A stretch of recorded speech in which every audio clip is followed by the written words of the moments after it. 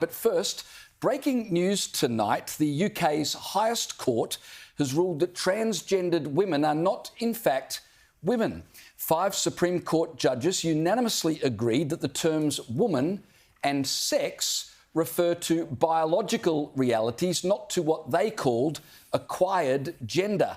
Furthermore, they ruled that the concept of sex is binary. Here's one of the Supreme Court judges, Lord Hodge, explaining the decision.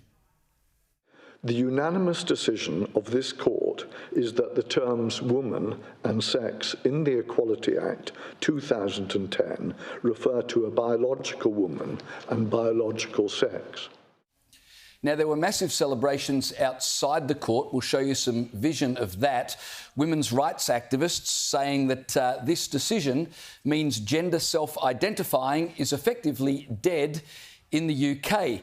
The decision follows a year-long legal battle between a women's rights group, For Women Scotland, and the Scottish Government over the definition of a woman. The Scottish Government wanted to argue that their gender recognition certificates should determine what is and is not a woman, while the women's rights group successfully argued that everybody has always understood women to be a biological term, not a term of self-identification. Caleb, this is a massive decision and really something that will have far-reaching effects into every area of policy within the UK. As well it should. I mean, look, if you had told my great-grandparents that in 2025 there would be a court case in the United Kingdom deciding whether or not you had to be born a woman in order to be born a woman, they probably would have chucked a bucket of cold water over you and told you were mad. But that's where we've landed in 2025, and thank God the court has made the correct decision here. I mean, this is, we're saying this is fantastic, it's brilliant.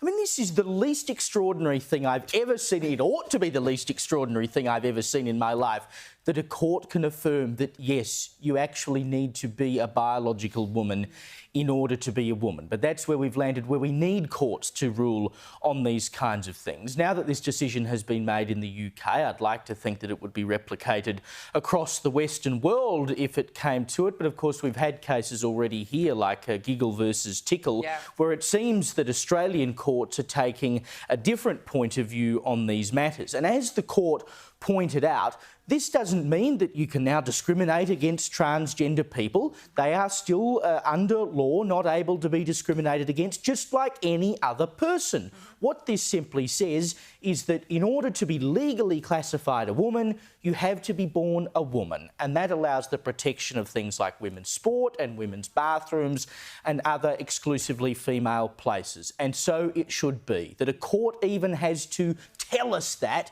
is insane. I just think, how on earth is this a debate in 2025 when a court has to decide or make that decision that if you are indeed a biological man and you decide one day that you want to wear a dress, you are therefore not a woman, yet somehow it's taken a court in the UK to come to this decision.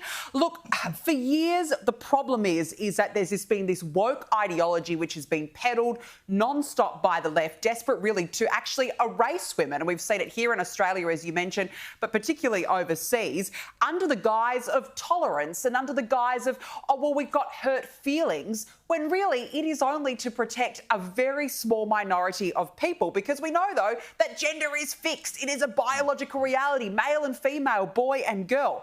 But if we look here in Australia, we've got a big problem here. And I actually think the coalition has been quite spineless on this matter from the very beginning, because they should have come out and said, no, male and female, 2 genders, simple as that. They should say it is time we're going to do something about kicking out men in women's sports. And I know that Peter Dutton has said that that is the case, that he does agree with that. Well, do something about it. Actually put it into law.